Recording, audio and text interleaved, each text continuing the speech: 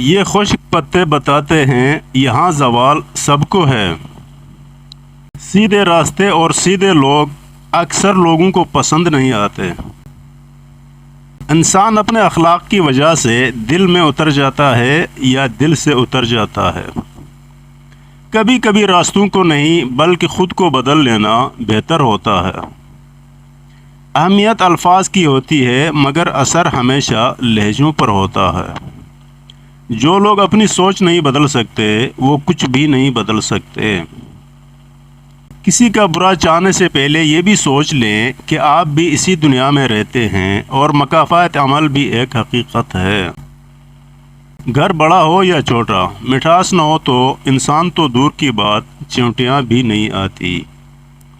حاصل کو تقسیم کرو، عطا کی بارش ہوگی۔